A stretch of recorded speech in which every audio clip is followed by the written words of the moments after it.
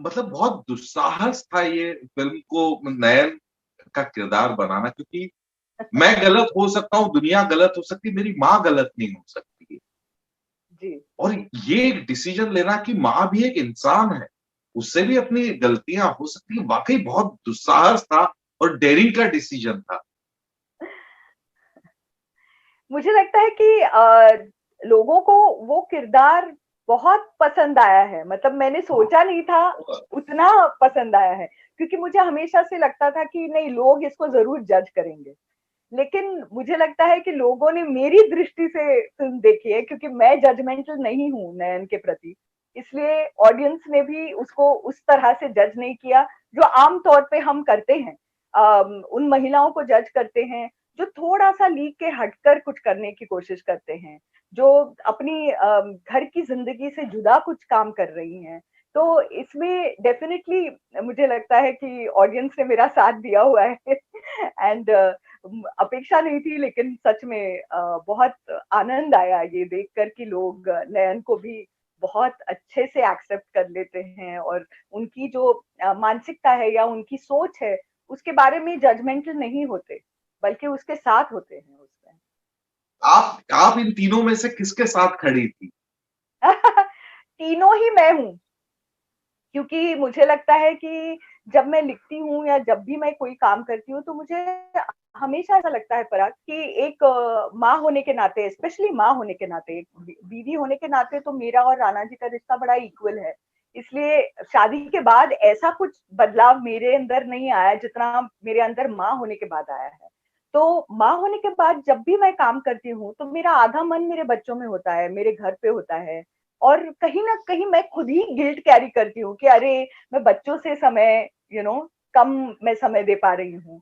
तो ये जो चीजें हैं, तो मुझे लगता है कि जब मैं लिखती हूँ, तो मैं कहीं ना कहीं चाहती हूँ कि मैं नयन हो जाऊं, कि बाकी कोई भी चीज मुझे उस वक्त मेरे लापरवाह। जो थॉट प्रोसेस है उसके बीच में ना आए। तो मैं चाहती हूँ कि मैं सिर्फ एक लेखिका हूँ, लेकिन वो हो नहीं सकता। तो ये मेरी इच्छा है, कहीं ना कहीं वो मेरे काम में जाहिर हुई है। और अनु तो मैं हूँ कि जब मैं अनसेंसर्ड अनफिल्टर्ड होना चाहती हूँ, मैं, मुझे लगता है कि बड़ी सभ्य किस्म की महिला हूँ, इसलिए मैं बिल्कुल अब्यूजिव नहीं हूँ, या कहीं पे भी मैं वो संतुलन नहीं खोती। और सच में मतलब कभी कभी भी लगता नहीं है, मैं कोई भी डायलॉग, अगर इवन गुस्सा बहुत आता है, तब भी मुझे ऐसा नहीं लगता कि मुझे अपशब्द बोलने चाहिए। लेकिन कहीं ना कहीं वातावरण ऐसा होता है जब आपको लगता है कि काश मैं ऐसी ना होती, काश मैं अनसेंसर्ड हो सकती और निर्बंध हो सकती, तो वो एक अनु का एक है। और मुझे लगता है असल जिंदगी में मैं काफी माशा के करीब हूँ। तो जो मेरी चॉइसेस हैं वगैरह, वो ज्यादातर माशा से मिलती जुलती हैं। तो तीनों महिलाओं में मैं अपने आप को देखती हूँ। ये मतलब सिनेमा में बहुत कम फ़िल्में ऐसी होती है, जो जनरली हम कोई फ़िल्म देखते हैं तो एक डायरेक्टर का भी पॉइंट ऑफ व्यू होता है कि उस कैरेक्टर के माध्यम से हम जाते हैं, पूरी फ़िल्म को देखते हैं। लेकिन ये त्रिभंग के साथ अनुभव ये है कि हम तीनों जर्नी एक साथ करते हैं, और जी। ये बहुत रेयर घटना है कि आप तीनों किरदार के माध्यम से घुस रहे हैं उस फ़िल्म में, उस पूरे उसमें। जी। तो जी। ये वाक़ई मैजिकल है, मुझे लगता है। Thank you. तो ये जो फेडर आपने तीनों खोले हैं कि मतलब हम बिना बैलेंस के तीनों के साथ आगे बढ़ते हैं, ये जी। राइटिंग के थ्रू आया है या एक्टिंग के थ्रू आया है या किस तरह से ये?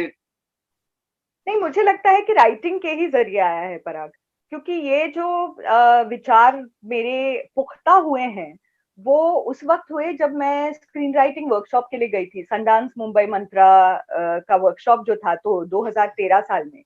तो मैंने त्रिभंग के सिर्फ बस 10 पन्ने मैं लेके गई थी वहां पर। तो मेरा उस 10 पन्नों पे सिलेक्शन हुआ था।